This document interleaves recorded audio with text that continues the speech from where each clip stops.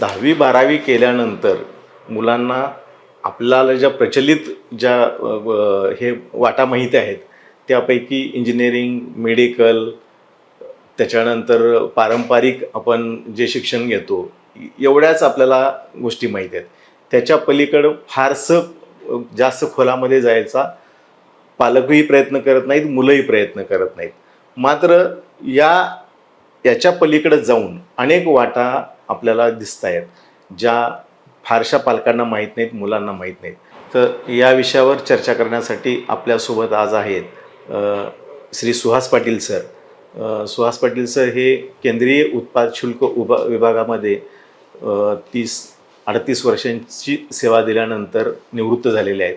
आणि त्याच्यानंतर त्यांनी जी मुलं आता करिअर करण्यासाठी अडखळत आहेत त्यांच्यासाठी मार्गदर्शन करणं हा त्यांनी मार्ग पत्करलेला आहे. महाराष्ट्रामध्ये वेगवेगळ्या शहरांमध्ये जाऊन ते मुलांना मार्गदर्शन करत असतात. नमस्कार सर. नमस्कार. मुंबई आउटलुकमध्ये आपलं स्वागत आहे.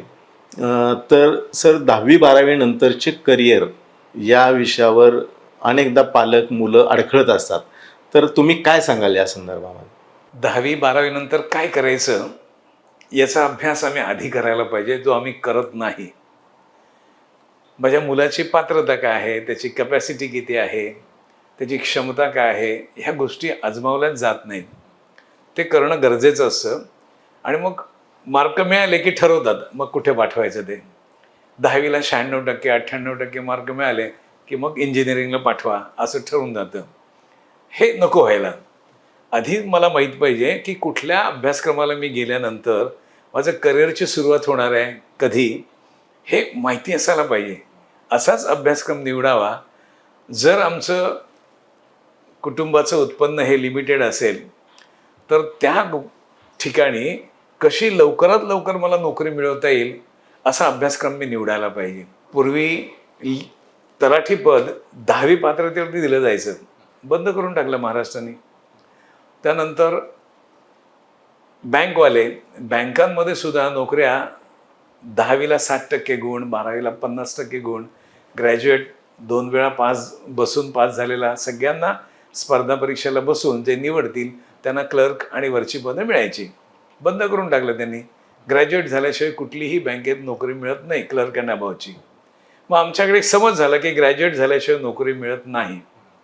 पण आम्हाला हे माहितीच नसतं की स्टाफ सिलेक्शन कमिशन 1975 साली सेंट्रल गव्हर्नमेंटनी स्थापन केलं आणि त्याच्यामार्फत 1977 साली परीक्षा घेऊन केंद्र सरकारच्या विविध कार्यालयांमध्ये 10वी पात्रतेवरती, 12वी पात्रतेवरती, पदवी आणि पदव्युत्तर पात्रतेवरती देता येणार नाही आहे. त्याच्यानंतर जर आपण ह्या परीक्षांचा अभ्यासक्रम वगैरे, त्यांच्या परीक्षांचं स्वरूप म्हणजे कसं स्वरूपाचं असतं, किंवा त्या लेखी स्वरूपाच्या असतात किंवा डायरेक्ट रिक्रुटमेंट होती, काय असतं नेमकं त्यात? सगळ्या स्पर्धा परीक्षा ज्या आहेत ना, कुठल्याही प्रकारच्या असू द्या, 4 विषय कॉमन असतात. पहिला विषय म्हणजे मॅथमॅटिक्स, गणित. मग काही ठिकाणी त्याला क्वांटिटेटिव्ह ॲप्टिट्यूडचा टच असतो, काही ठिकाणी न्यूमेरिकल ॲबिलिटी म्हटली जाते, पण विषय गणितच. त्यानंतर दुसरा विषय असतो तो जनरल इंटेलिजन्स अँड रिझनिंग, बुद्धिमत्ता चाचणी. तिसरा विषय असतो तो म्हणजे इंग्लिश लँग्वेज. काही ठिकाणी त्याला इंग्लिश लँग्वेज कॉम्प्रिहेन्शन म्हणतात, काही ठिकाणी बेसिक्स ऑफ इंग्लिश लँग्वेज, काठिण्य पातळीवरती ठरलेलं असतं. आणि चौथा विषय असतो तो म्हणजे जनरल अवेअरनेस. जनरल अवेअरनेस थोडासा डिफिकल्ट विषय जातो मुलांना, कारण त्याचा सिलेबस थोडासा वास्ट असतो. त्यात हिस्ट्री पण असणार, जॉग्रफी पण असणार, इकॉनॉमिक्स असणार, तुमचं नागरिकशास्त्र असणार, सगळे विषय असतात. जे जे आपण शिकलो आहोत त्या सगळ्या विषयांवरती. पण त्याला थोडं सोपं करता येतं. 80% क्वेश्चन्स ह्या जनरल अवेअरनेसमधले हे चालू घडामोडींवरती आधारित असतात. किती सोपं आहे. जर मी अपडेटेड असेल, काय घडते माझ्या आजूबाजूला, काय घडते माझ्या राज्यात, माझ्या देशात, जगामध्ये, ह्याच्याशी जर मी अपडेटेड असेल तर मला सोपं पडून जातं जनरल अवेअरनेसचा पेपर. राहिले 20% प्रश्न they are based on what ever आपण आजपर्यंत काय शिकलोय त्याच्यावरती आधारित असतात. त्याच्यामुळे मला पुन्हा एकदा नव्यानं पहिल्यापासूनचा अभ्यास करायला पाहिजे आणि त्याच्या नोट्स काढायला पाहिजे सगळ्या विषयांच्या. मुलं तेवढ्या बारकाईनं अभ्यास करत नाहीत, म्हणून मग आम्हाला कठीण पडतं ते. हे आता 4 पेपर जे असतात, तुम्ही सांगितलं 4 विषयांची परीक्षा असते, म्हणजे स्वतंत्रपणे 4 पेपर आपल्याला द्यावे लागतील. एकच पेपर एकच असतो, हा. त्यात भाग त्याच्यात असतात. 4 भाग हा. केलेले असतात. तर ही किती मार्काची परीक्षा असते? आता काही ठिकाणी 100 मार्कांचे पेपर असतात, काही ठिकाणी 150 मार्कांचे पेपर असतात. पण आता एक सांगायचं राहिलं, महाराष्ट्र गव्हर्नमेंटमध्ये जर मी परीक्षा देत असेल तर मला एक 5वा विषय असतो, तो म्हणजे मराठी ग्रामर. तो मला द्यावा लागतो. मी जर बँकांच्या परीक्षा देत असेल, अर्थात यांच्या सगळ्या परीक्षा ग्रॅज्युएशन लेवल नंतरच्या त्यात बँकांच्या आणि महाराष्ट्र गव्हर्नमेंटच्या, एक पोलीस कॉन्स्टेबल सोडलं तर पोलीस कॉन्स्टेबल 12वी पात्रतेवर होतात. 5वा विषय असतो बँकांमध्ये, तो म्हणजे कॉम्प्युटर नॉलेज. आणि कॉम्प्युटर नॉलेज खरं तर हा विषय जनरल अवेअरनेसमध्ये कव्हर झालेला आहे. त्याच्यामुळे मग फक्त महाराष्ट्र गव्हर्नमेंटला 5वा विषय म्हणजे मराठी ग्रामर आम्हाला अभ्यास करावा लागतो. तर आता तुम्ही जे सांगितलं की स्टाफ सिलेक्शन कमिशनची जी परीक्षा आहे, त्या परीक्षेतून केंद्र सरकारच्या विविध कार्यालयामध्ये आपल्याला नोकरी मिळू शकते. तसं राज्य सरकारसाठी अशी एखादी एकच परीक्षा अशा स्वरूपाची आहे का, की ज्याच्यातून 10वी-12वी केलेल्या विद्यार्थ्यांना नोकरी मिळू शकेल? 12वी पात्रतेवरती महाराष्ट्र गव्हर्नमेंट पोलीस कॉन्स्टेबल या पदांची भरती करते. ही एकमेव अशी परीक्षा आहे ज्याचा मोठ्या प्रमाणात भरती होत असते. बाकी निवड मंडळांच्या काही परीक्षा होतात 10वी पात्रतेवरती, 12वी पात्रतेवरती, पण त्यात सातत्य नाही. जेव्हा केव्हा अप्रुव्हल मिळेल भरतीला, कधी 2 वर्षांनी, कधी 3 वर्षांनी, त्याच्यामुळे नियमितता त्याच्यामध्ये नाही. भरतीमध्ये मी ठरवलं की मला वनरक्षक व्हायचं आहे, तर मला थांबावं लागेल, वाट पाहावं लागेल कधी जाहिरात येते त्याची. पण तसं स्टाफ सिलेक्शनचं नाही. स्टाफ सिलेक्शनच्या वर्षातून किती वेळा परीक्षा होतात? 5 परीक्षा आहेत ज्या मला 10वी आणि 12वी पात्रतेवरती देता येतात. पहिली परीक्षा multitasking non technical staff and हवालदार. दुसरी परीक्षा ती म्हणजे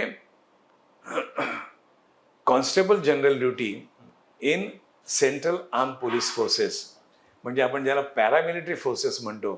त्यामध्ये मोठ्या प्रमाणावर भरती होते. अगदी 4 वर्षांपूर्वी 67,000 पदं भरली गेली. 3 वर्षांपूर्वी 45,000 पदं भरली गेली. आणि आत्ता ही परीक्षा चालू आहे, त्याच्यामध्ये 26,000 रिक्त पदं दिलेली आहेत. एवढ्या, आणि मुलं मुली दोघेही जाऊ शकतात. पात्रता 10वी उत्तीर्ण फक्त. आणि मी कॉन्स्टेबल जनरल ड्युटी होऊन देशाच्या सीमांचं रक्षण करण्याचं मला भाग्य मिळणार आहे. किती अभिमानाची गोष्ट आहे. आज तुम्ही जाल कुठल्याही कॉलेजमध्ये तर तिकडच्या सगळ्या मुलांना, जवळजवळ सगळ्या मुलांना पोलीस कॉन्स्टेबल व्हायचं असतं. पण आम्ही कॉन्स्टेबल जनरल ड्युटी पदावर जाऊन देशाच्या सीमांचं रक्षण करण्याचा विचारच करत नाही.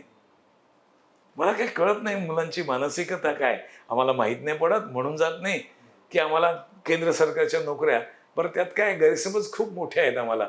आणि ह्या पॅरामिलिटरी फोर्सेसच्या नोकऱ्या म्हटल्या की मला बॉर्डरला जायला लागणार, म्हणून आम्ही तयार नसतो.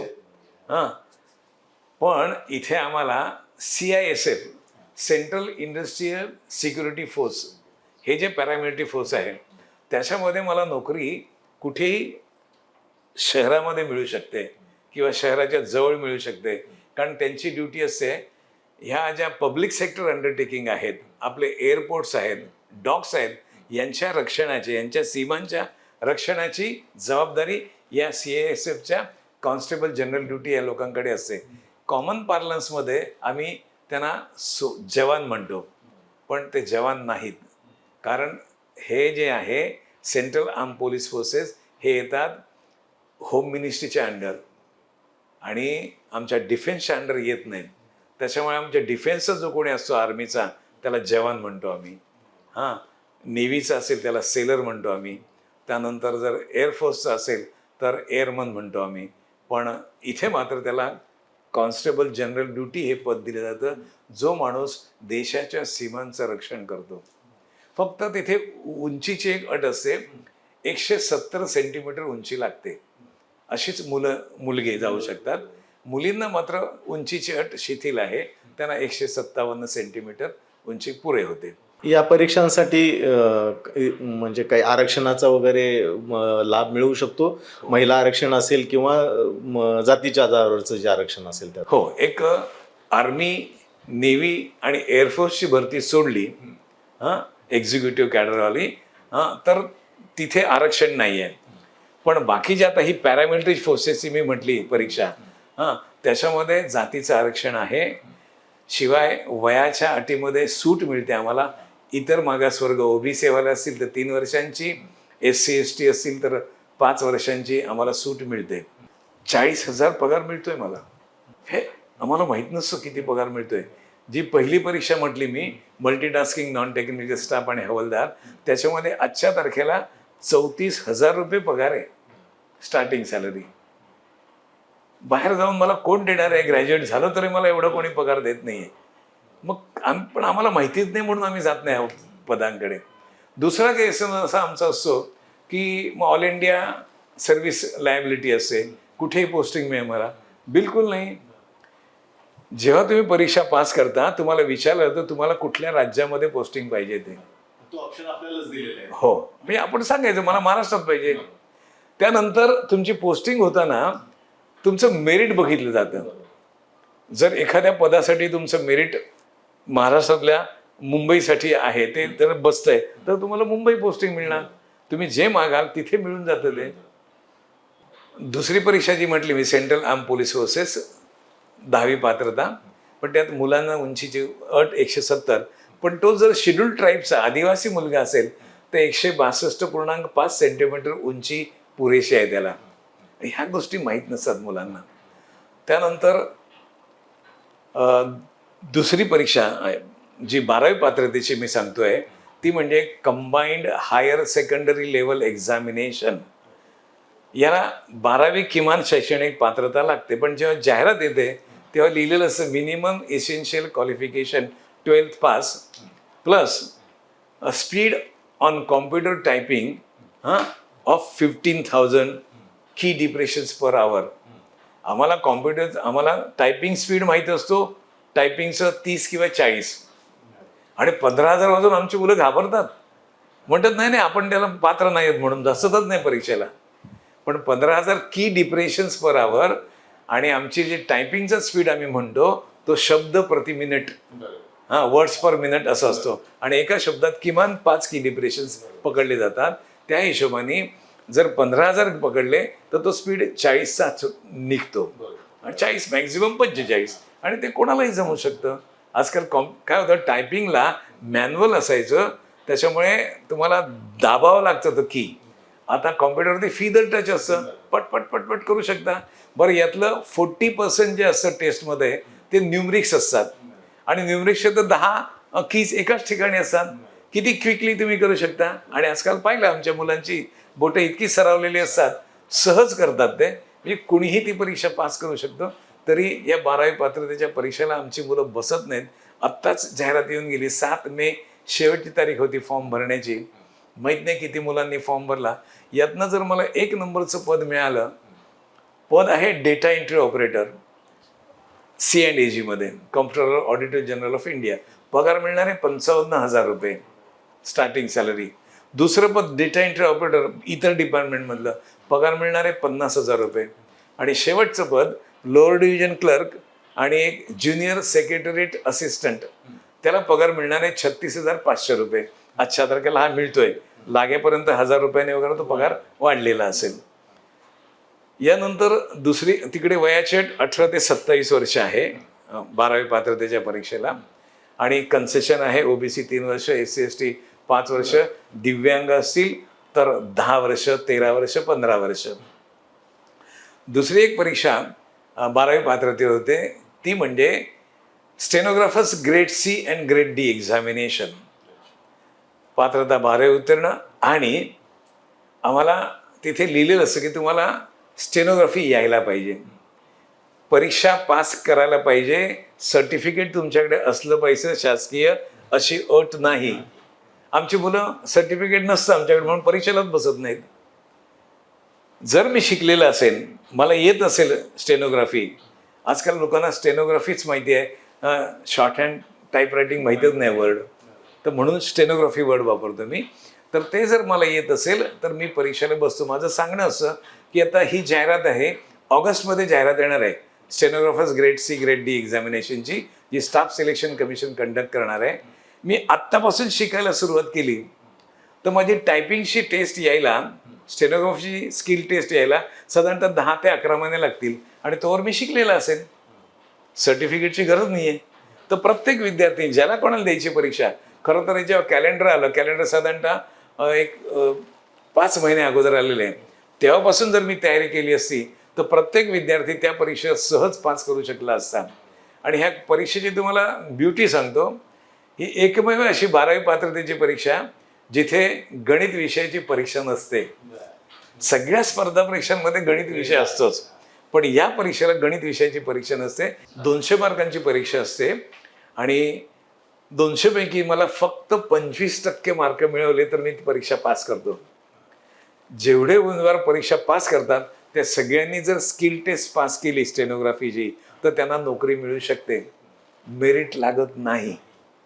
इतकी चांगली परीक्षा असते आणि पगार मिळतो आजच्या तारखेला 54,000 आणि 57,000 रुपये. ह्या सगळ्या परीक्षा दिल्यानंतर जास्तीत जास्त किती आणि कमीत कमी किती पगाराच्या नोकऱ्या मिळू शकतात? मी म्हटलं ना तुम्हाला, 10वी पात्रतेवरती आज 33,000 34,000 पगार आहे. 12वी पात्रतेवरती 55,000 50,000 36,500 कमीत कमी. जो आज इंजिनियरना सुद्धा काही सुरुवातीच्या काळामध्ये मिळत नाही. नाही, काही काही खूप साऱ्या कॅम्पस सिलेक्शन मध्ये सुद्धा एवढा पगार देत नाहीत. यानंतर ही जी स्टेनोग्राफी म्हटली त्यात 53,000 57,000 पगार मिळतोय. या झाल्या 4 परीक्षा 10वी आणि 12वी पात्रतेवरच्या. आणखीन एक परीक्षा होते, सिलेक्शन फेज म्हणतात त्याला, स्टाफ सिलेक्शन कमिशन घेते. त्यात 10वी पात्रतेवरती 12वी पात्रतेवरती पण पदं असतात. त्या परीक्षांना बसून आम्हाला सहज नोकरी मिळू शकते. म्हणजे 5 परीक्षा होतात 10वी 12वी पात्रतेच्या. आमच्या मुलांना माहीत नसल्यामुळे आमची तिकडे मुलं जात नाहीत. हे अवेअरनेस क्रिएट व्हायला पाहिजे जेणेकरून आमची मुलं जातील त्या परीक्षांना आणि सहज पास करून नोकरी मिळू शकतील. काय होतं, एवढे दिवस अगदी 2022 पर्यंत या 10वी 12वी पात्रतेच्या परीक्षा आम्हाला हिंदी आणि इंग्रजी माध्यमातून पेपर निघायचा आणि आम्ही ना हिंदीचा अभ्यास करत ना इंग्रजी भाषेचा अभ्यास करत. त्याच्यामुळे आमच्या मनात भीती असते आणि आम्ही ह्या परीक्षा फेस केल्याच नाही आजपर्यंत. पण 2023 पासून या सगळ्या परीक्षा आता आम्हाला रिजनल लँग्वेजमध्ये सुद्धा पेपर मिळणार आहे, तो पण हिंदी आणि इंग्रजी बरोबर. आता काही मुलं त्या फॉर्म भरायला जातात, ते म्हणतात परीक्षेचं माध्यम कुठे, मी इंग्लिश मिडियममध्ये शिकलोय. मी म्हणतो मला इंग्लिश पाहिजे. अरे तू जर मराठी लिहिलं तर तुम्हाला हिंदी आणि इंग्रजी बरोबर मराठी भाषेत सुद्धा पेपर मिळणार आहे. मराठी भाषेचा ॲडव्हान्टेज सांगतो तुम्हाला मी, की आमची ती मातृभाषा असल्यामुळे आमची आकलन शक्ती ह्या भाषेमध्ये मॅक्झिमम असते आणि आम्हाला पटदिशी कळू शकतो प्रश्न, त्याचं उत्तर. आता या परीक्षांची काठिण्य पातळी जी आहे ती 10वी 12वीच्या मुलांचा विचार करून केलेली असते की त्याच्यापेक्षा ग्रॅज्युएट झालेली पण मुलं या परीक्षांना बसतात, तर ती काठिण्य पातळी गृहीत धरून केलेली असते? हां, तर 10वीची पात्रतेची परीक्षा म्हणजे 10वी स्तरावरच काठिण्य पात्रतेला असणार. हां, 12वी पात्रतेची परीक्षा म्हटली की त्याला एक गणित विषय आहे, त्याला 10वी पात्रतेच्याच स्तरावरची काठिण्य पातळी असते, बाकींना 12वी पात्रतेची बाकी विषयांना.